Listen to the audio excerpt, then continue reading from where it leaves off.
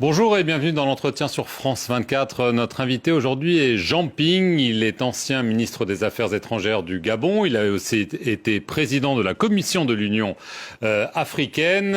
Il a été candidat à l'élection présidentielle de 2016, un scrutin contesté, émaillé de violence, qu'il affirme encore aujourd'hui avoir gagné contre Ali Bongo. Après des années, il a décidé de briser le silence sur les réseaux sociaux et aujourd'hui sur France 24 depuis Libreville, la capitale gabonaise. Merci à vous d'être avec nous, Monsieur Ping.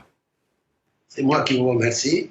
Alors, dans un discours en date du 19 février, vous appelez, je cite, les institutions à déclarer la vacance du pouvoir en raison de la santé d'Ali Bongo. On rappelle à nos téléspectateurs qu'Ali Bongo a été victime d'un accident vasculaire cérébral, un AVC, le 24 octobre 2018. Pourquoi est-ce que vous appelez maintenant à la vacance du pouvoir? Écoutez, j'appelle à la vacance du pouvoir parce que le pouvoir est vacant. Vous savez, Ali Bongo a usurpé les élections. Il a utilisé la violence pour s'imposer et maintenant, il n'est plus visible. Son état de santé est sur tous les réseaux sociaux dans le monde entier. On voit Ali Bongo en train de tituber, rattraper de justesse par Macron pour ne pas tomber. On le voit à Bruxelles de la même manière et il est devenu un zombie malade. Et donc, vous considérez qu'il n'est plus en capacité d'exercer la présidence du pouvoir. C'est bien ce que vous nous dites. Bien sûr, c'est visible, ça saute aux yeux devant tous les téléspectateurs du monde entier. Vous-même, vous l'avez vu au perron de l'Élysée. Vous-même, vous l'avez vu ailleurs, à Bruxelles et ailleurs. Il a usurpé un pouvoir qu'il ne peut même pas exercer. Alors, quand vous dites que vous demandez aux institutions de déclarer la vacance du pouvoir, à qui précisément faites-vous appel? Et en d'autres mots, qu'est-ce que vous espérez qui va se passer suite à votre appel? Donc, je demande la vacance du pouvoir parce que cela s'impose à qui de droit, notamment à la Cour constitutionnelle et aux autres institutions de la République qui seront condamnées à déclarer la vacance du pouvoir parce que Ali n'est plus en mesure d'exercer ce pouvoir. C'est évident. Alors, l'AVC remonte à il y a plus de 3 ans. Pourquoi est-ce qu'aujourd'hui, vous voulez déclarer la vacance du pouvoir? Pourquoi est-ce que tout d'un coup, maintenant, est-ce que ce n'est pas, pour le dire autrement, une façon d'appeler à un soulèvement peut-être populaire contre Ali Bongo? J'ai toujours évité la guerre civile, comme vous le savez. J'ai toujours proclamé la nécessité d'une transition pacifique afin d'éviter la violence et la guerre civile. Mais pour danser le tango, il faut être deux. Et donc, si vous n'êtes plus deux, qu'est-ce que vous demandez aux Gabonais? Est-ce que vous leur demandez de descendre dans la rue, de manifester pacifiquement ou moins pacifiquement? Concrètement, qu'est-ce que vous leur dites aujourd'hui? Écoutez, nous disons simplement que la vacance du pouvoir s'impose et que d'une manière ou d'une autre, même si les Gabonais sont des gens très pacifiques, même si les Gabonais sont des gens qui ont toujours évité les violences, il y a un temps pour tout. Et viendra le temps où ce sera insupportable. Je pense que ce temps est pratiquement à nos portes. Et donc, à quoi appelez-vous précisément? Est-ce que vous demandez aux gens de descendre dans la rue, de manifester? On a vu ça dans d'autres pays. Est-ce un appel à l'insurrection? On a besoin de comprendre ce que vous voulez, Monsieur Ping. Écoutez, je pense que je veux être suffisamment clair. Ali Bongo n'existe plus. Ali Bongo a usurpé un pouvoir qu'il ne peut même plus exercer. On le voit, ça saute aux yeux.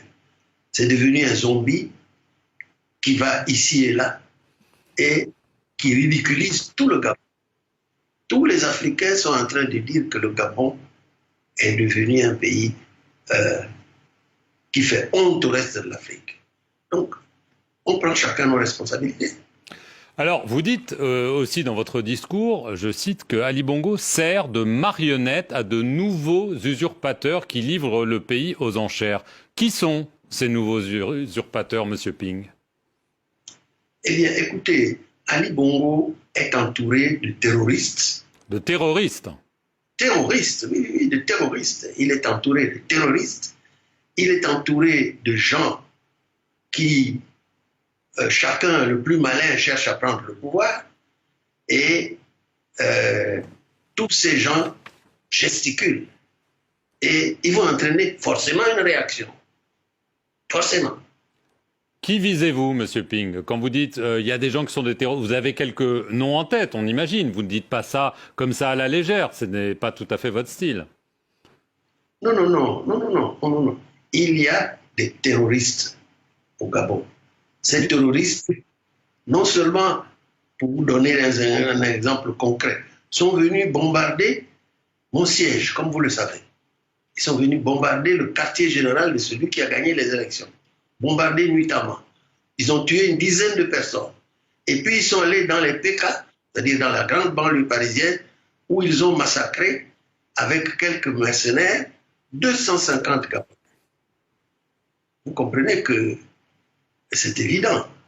Et il y a donc, parmi ceux qui l'entourent, parmi les va-t-en-guerre, les gens qui pensent qu'il faut brûler le Gabon, il faut mettre le Gabon à feu et à sang. Si ils doivent perdre, il faut que tout le monde perde. La politique de la terre brûlée. Monsieur Ping, vous parlez quand même de choses très graves. Vous parlez de terrorisme, mais vous ne voulez pas les nommer. Qui sont-ils? Non. Monsieur Pellerman, je viens de vous dire qu'au Gabon, il y a des gens qui sont venus au siège du vainqueur des élections, à mon siège, au quartier général, bombarder nuitamment mon siège, envahir et massacrer une dizaine de Gabonais. Ces gens sont manipulés par Ali. Et ils sont là. Alors, est-ce que c'était clair? Bah écoutez, oui, mais vous ne voulez pas dire qui précisément, mais c'est pas grave. La présidence a réagi à ce discours en disant qu'en fait c'est le discours d'un leader en perte de vitesse. C'est vrai que depuis 2016, pas mal de soutiens vous ont quitté. Est-ce que, en effet, vous ne voulez pas vous rappeler au bon souvenir des gens parce qu'on est en train de vous oublier et finalement que votre avenir est peut-être en jeu? Bon, je ne le pense pas du tout. Je suis en train de fixer la ligne à suivre, de tracer la ligne à suivre. Et mes partisans sont là. Je les vois tous les jours. Et il suffit de claquer du doigt pour qu'ils avancent dans une direction ou dans une autre. Simplement, je vous ai dit, je ne souhaite pas que le Gabon entre en guerre civile. Je ne le souhaite pas. Donc, je fais tout pour que la passation de pouvoir se fasse d'une manière, comment dirais-je, pacifique. Mais ce que vous dites quand même, pour qu'on comprenne, la prochaine élection est fixée l'an prochain, en 2023. Là, en voulant que la vacance du pouvoir soit déclarée, vous affirmez qu'il ne faut pas attendre la prochaine élection pour qu'il y ait une transition pacifique du pouvoir. C'est bien ça? Oui, parce qu'il n'y aura pas d'élection avant. Nous accéderons au pouvoir de toute façon. Avant 2023? D'une manière ou d'une autre. Donc ça veut dire, je reprends quand même parce que c'est important pour les gens qui nous écoutent, surtout au Gabon, que vous pensez que Ali Bongo sera chassé du pouvoir avant la prochaine élection fixée en 2023. Ben, c'est tout à fait ça. Il doit dégager. Ali Bongo ne peut plus s'occuper de sa santé personnelle, comme vous le voyez tous. Il ne peut plus s'occuper de sa santé personnelle. Vous ne... Oui. Mais vous n'attendez quand même pas à ce qu'il vous obéisse. Enfin, s'il ne le fait pas, est-ce que vous êtes prêt à attendre finalement 2023 ou vous dites non, je ne vais pas attendre? Monsieur Pellerman, nous le dégagerons d'une manière ou d'une autre. Donc d'une manière ou d'une autre, ça peut être d'une manière pacifique ou d'une manière violente ou brutale. C'est la seule conclusion qu'on peut tirer, non, Monsieur Ping? Oui, je crois.